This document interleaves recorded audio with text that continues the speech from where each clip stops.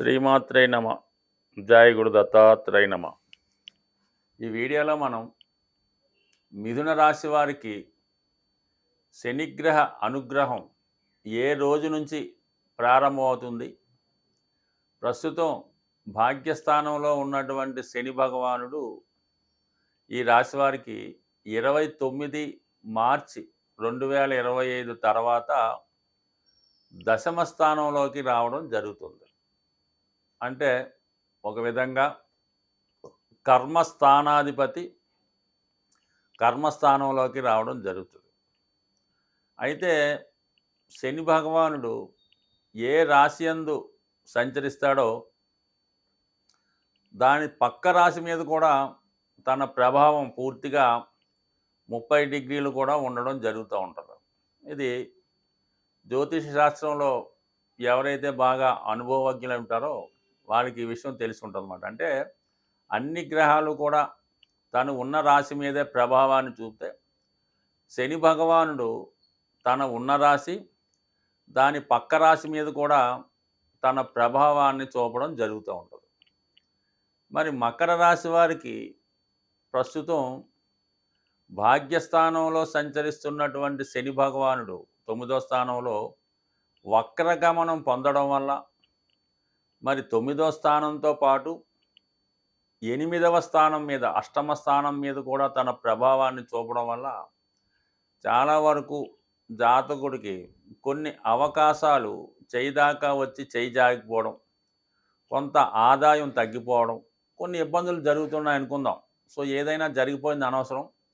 మరి మనకి ఈ మార్చి 29, 2025 సంవత్సరంలో దశమ భావంలోకి రావడం వల్ల 11వ భావ ఫలితాలు కూడా ఇవ్వడం జరుగుతుంది. పైపెచ్చు మరి అష్టమాధిపతిగా ఉన్నటువంటి శని దశమ స్థానంలోకి రావడం వల్ల జాతకుడికి సడన్గా ఉద్యోగంలో మార్పు వచ్చే అవకాశం ఉంటుంది. మరి జాతకుడు తను ఎప్పుడన్నా సరే మిథున రాశి వారికి ఉద్యోగం మారినప్పుడు మాత్రమే వాళ్ళకి అభివృద్ధి రావడం జరుగుతుంటుంది. ఒక వృత్తిలో ప్రవేశించి ఎన్నాళ్ళు పనిచేసినా కూడా పెద్దగా డెవలప్మెంట్ రాదు. ఎప్పుడైతే జాతకుడు ఉద్యోగం మారుతాడో సడన్గా వాడి యొక్క ఆదాయం రెట్టింపు అవుతూ ఉంటుంది. ఇలాగ జాతకుడు ఎన్నిసార్లు జాబ్ మారితే అంత అభివృద్ధి కనబడుతూ ఉంటుంది. సో ఎప్పుడైనా సరే మరి ప్రస్తుతం ఈ జాతకులకి ఇంచుమించుగా ఏప్రిల్ 25 తర్వాత ఉద్యోగంలో మార్పు, అలాగే దాంతోపాటుగా ఆదాయం కూడా పెరుగుతుంది అన్నమాట. 11వ భావ ఫలితం ఇవ్వడం వల్ల కంపల్సరిగా ఆదాయం పెరిగే అవకాశం ఉంటుంది. కాబట్టి జాతకుడు మరి దశమ భావంలోకి రావడం వల్ల ఈ విధంగా ఉద్యోగం మారుతుంది, ఆదాయం పెరుగుతుంది. దాని తర్వాత ఏంటంటే సాధారణంగా మరి శనికి ఉన్నటువంటి ప్రత్యేక దృష్టులు ఉంటాయి. ఒకటి ఏంటంటే 3, 2, 10 మామూలుగా సప్తమ దృష్టి అందరికీ ఉంటుంది. మరి ఇప్పుడు 12వ భావాన్ని కూడా చూస్తూ ఉంటాడు దశమంలో ఉన్నటువంటి శని. దాని కారణం వల్ల ఎవరైతే ఉన్న ప్లేస్ నుంచి వేరే రాష్ట్రం కానీ వేరే దేశం కానీ వెళ్దాం అనుకుంటారో వాళ్ళకు కూడా ప్రయత్నంగా మరి అటువంటి ప్రయత్నం కూడా చేసుకుంటే కంపల్సరీగా ఏప్రిల్ తర్వాత ప్లేస్ మారడం, ఉద్యోగం మారడం 2 జరిగే అవకాశాలు ఉన్నాయి. అయితే సాధారణంగా ఎవరైతే విదేశంలో ఆల్రెడీ ఉద్యోగం చేస్తున్నారో వాళ్ళు సాధారణంగా ఆ ప్రాంతంలోనే ఉద్యోగం మారడానికి ప్రయత్నం చేయాలి తప్ప మరి స్వదేశానికి వచ్చే ప్రయత్నం మాత్రం సాధ్యమైనంత వరకు విరమించుకొని అక్కడ నుంచి వేరే రాష్ట్రమో వేరే కంట్రీ మారితే బాగుంటుంది. ఇక చతుర్థాన్ని వీక్షిస్తుంటాడు. అందుకనే సొంత ప్రాంతంలో పెద్దగా అభివృద్ధి ఉండదు మిథున రాశి వారికి. ప్రస్తుతం రాబోయే టైం కూడా ఆ విధంగా ఉంటుంది. కాబట్టి 99% మిథున రాశి మిథున లగ్నం వారు విదేశంలో ఉండడానికే ప్రయత్నం చేయాలి. చిన్న చిన్న ఇబ్బందులు వచ్చినా దాన్ని తట్టుకొని నిలబడితే ఆటోమేటిక్గా రాబోయే రోజులన్నీ కూడా మంచి రోజులుగానే ఉన్నాయి. కాబట్టి ఉద్యోగరీత్యా ఏం ఇబ్బంది లేకుండా అక్కడే ఉంటే అన్నీ సజావుగా సాగే అవకాశం ఉంటుంది. దాని తర్వాత మరి ఈ సమయంలో కొంత కష్టమైన గృహం కొనుక్కునే ఏర్పాటు కూడా చేసుకోవచ్చు. శని భగవానుడు మీకు ఏదైనా మిథున రాశి వారికి భాగ్యాధిపతి శని అవ్వటం వల్ల అష్టమాధిపతి కూడా శని అవ్వటం వల్ల ఒక అదృష్టాన్ని, ఒక భాగ్యాన్ని ఇవ్వాలన్నా కూడా శనే ఇవ్వాలి. ఒక దురదృష్టాన్ని ఇవ్వాలన్నా కూడా శనే ఇవ్వాలన్నమాట. అంటే అష్టమాధిపతిగా శని 4వ స్థానంలో ఉండడం వల్ల కొంతవరకు ప్లేస్ మార్పిస్తాడు. భాగ్యాధిపతిగా 4వ స్థానాన్ని చూడటం వల్ల ఏంటంటే మనకి సొంత గృహాన్ని కూడా ఇస్తాడు. మరి కొంతవరకు పెద్దల ద్వారా అవ్వచ్చు, మీరు స్వయం కృషితో కూడా సంపాదించుకోవచ్చు.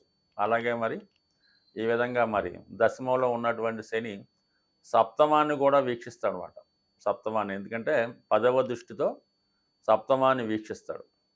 సుమారుగా అదే టైం కంటే ఏప్రిల్ 2025 తర్వాత అటు ఇటుగా గురుగ్రహం కూడా మీకు మిథున రాశిలోకి ప్రవేశిస్తాడు. అంటే ఇంచుమించుగా మీకు మే తర్వాత 2025 మే తర్వాత వివాహ విషయంలో కూడా కంపల్సరీగా మీకు అక్కడి నుంచి ఒక 6 నెలలు అవ్వచ్చు, 3 నెలలు అవ్వచ్చు, కంపల్సరీగా మీకు వివాహాన్ని కూడా ఇవ్వడం జరుగుతుంది. అంటే ఎప్పుడైనా సరే శని భగవానుడు, గురు భగవానుడు ఒకే భావం మీద వారి యొక్క దృష్టి పెట్టినప్పుడు 100% ఆ భావ ఫలితాలు పాజిటివ్గా రావడం జరుగుతూ ఉంటుంది.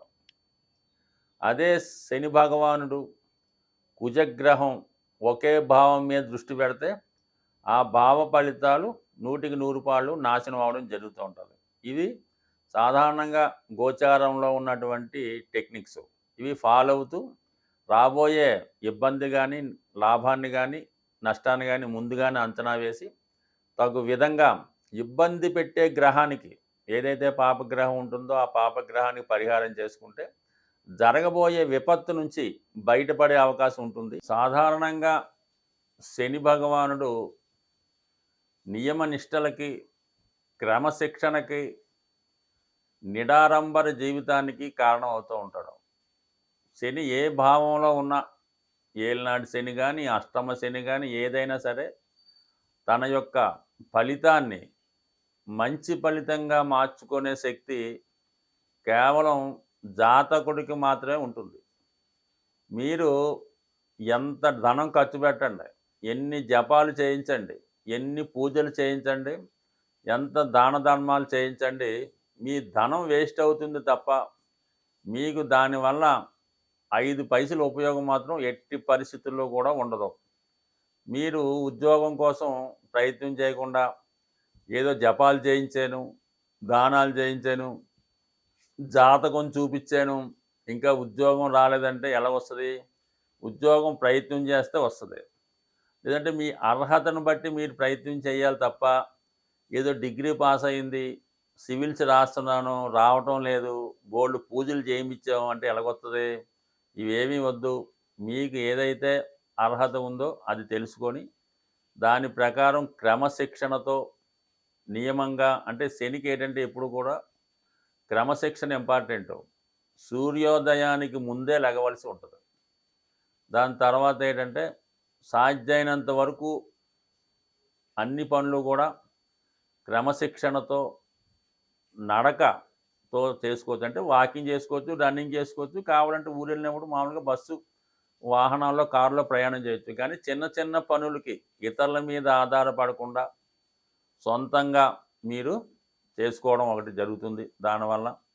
అలాగే మరి మీ గృహంలో ఉన్నటువంటి పెద్దవారిని, అంటే కొద్దిగా వయసు పెద్దబడి వారి పనులు వారు చేసుకోలేని స్థితిలో ఉంటే వారికి మీరు ఏదో విధంగా సహాయపడుతూ వాళ్ళకి కనీసం రోజుకి ఒకసారన్నా పలకరించి యోగక్షేమాలు తెలుసుకొని వాళ్ళకి ఏం కావాలో ఇవ్వడం వల్ల, అవసరమైనటువంటి మందులు కొనివ్వడం వల్ల కూడా శని భగవానుడు మీకు మంచి ఫలితాన్ని ఇవ్వడం జరుగుతూ ఉంటుంది. అంటే వృద్ధుల్ని, పెద్దల్ని గౌరవించడం, సాధ్యమైనంత వరకు మీ పనులు మీరు చేసుకోవడం, ఎప్పుడు సూర్యోదయానికి ముందు లెగడం. అవకాశం ఉన్నవాళ్ళు చాలా వరకు ఏంటంటే ఏదన్నా ఉదయం పూట ఒక 5 నిమిషాలు కానీ, 10 నిమిషాలు కానీ ఇష్టదైవాన్ని ప్రార్థించుకొని దాని తర్వాత మీ కార్యక్రమాలు చేసుకోవడం ఒకటి. దాని తర్వాత ఏంటంటే ముఖ్యంగా ఎట్టి పరిస్థితుల్లో కూడా నిజాయితీగా ఉండాలి. ఏ వృత్తి మీరు చేస్తున్నా దాంట్లో నిజాయితీ ఉండాలి. దాంట్లో వల్ల కూడా మీకు నెమ్మదిగా అయినా సరే ఎక్కువ సక్సెస్ రావడం జరుగుతూ ఉంటుంది. సో ఈ విధంగా జాతకుడు తన యొక్క క్రమశిక్షణ పెంచుకుంటూ మరి ఏదైనా మరి ఇబ్బందికరంగా వచ్చిందనుకోండి, కేవలం శివునికి అభిషేకం చేసుకోవడం వల్ల, ఇంకా బాగా ఇబ్బంది వచ్చిందనుకోండి, శనిగ్రహాలు నవగ్రహాల్లో కేవలం శని భగవానుడికి అభిషేకం చేసి చాలామంది వదిలేస్తుంటారు. అది ఎలా కుదురుతుంది? మొత్తం 9 గ్రహాలకి విధి విధానంగా మీరు అభిషేకం కానీ, పూజ కానీ అన్నిటికీ సమానంగా చేయటం వల్లే మీకు శనిగ్రహ అనుగ్రహం వస్తుంది తప్ప, కేవలం ఆ శనివారం రోజు ఆ శనిగ్రహం మీద ఏదో ఆయిలో నూనె ఏదో ఒకరి మీద పోసేసి మొత్తం చికాకు పెట్టేస్తుంటే అసలు ఫలితం కాదు కదా. దానివల్ల ఎక్కువ ఇబ్బంది మీకు వచ్చే అవకాశం, శనిని డిస్టర్బ్ చేసిన వాళ్ళు అవుతారు. అలా కాకుండా విధి విధానంగా చేస్తే చేసుకోండి, లేదంటే మాట్లాడి కూరుకోవాలి తప్ప ఈ విధంగా ఒక పద్ధతి లేకుండా శని భగవాన్ని పూజించడం కూడా ఒక విధంగా ఇబ్బంది పెడుతుంది. కాబట్టి అది కూడా గమనించండి. మరి ఈ మధ్యకాలంలో మంచి రెమెడీ ఏంటంటే, మరి స్వామి అయ్యప్ప మాల ధరించి 41 రోజులు విధి విధానంగా మీరు చేయడం వల్ల 100% మీకు ఫలితం దక్కుతుంది. కేవలం మీరు శబరిమలే వెళ్ళక్కర్లేదు. 41 రోజులు నియమంగా ఉంటూ దగ్గరలో ఉన్నటువంటి ఏ అయ్యప్ప దేవాలయంలో కానీ, సుబ్రహ్మణ్య దేవాలయం కూడా దర్శించి మీరు మాల విడిచిపెట్టవచ్చు. కేవలం అక్కడికే వెళ్ళాలని రూల్ ఏం కాదు. అది క్రమశిక్షణతో ఉండడం ఇంపార్టెంట్, అది కూడా చేసుకోండి. మరి సుబ్రహ్మణ్య స్వామి అనుగ్రహం కోసం ఈ మధ్యకాలంలో బాగా ప్రచారంలో ఉన్నది ఏంటంటే కరుంగలి మాల. ఈ కరుంగలి మాల చాలా పవిత్రమైనది. నిజంగా అది వృక్షం నుంచి తయారైంది కాబట్టి భూతత్వం యాక్టివేట్ అవ్వడం వల్ల మీలో ఓర్పు సహనం పెరిగి శనిగ్రహ అనుగ్రహానికి పాత్రలవ్వడం చాలామంది ఈ కాలంలో చూస్తున్నారు. కాబట్టి అవకాశం ఉన్నవాళ్ళు ఈ కరుంగలి మాల ధరించండి. అయితే దీనికి 2 నియమాలు. ఒకటి ఏంటంటే ఎక్కువగా నిద్రపోకూడదు, అబద్ధం ఆడకూడదు. ఈ 2 చేయగలిగితే విధి లేని పరిస్థితుల్లో ఇంకా మా వల్ల జీవితంలో ఏమీ చేయలేమనుకున్నప్పుడు ఈ మాల ధరించండి. 100% దాని యొక్క ఫలితం మీరు కొద్ది రోజుల్లోనే చూస్తారు, ఒక 40 రోజుల్లో. ఇంకా దానివల్ల ఫలితం లేదంటే ఇంకా మీరు మాల తీసి ఒక నమస్కారం పెట్టి మీ పనులు మీరు చేసుకోవచ్చు. స్వస్తి.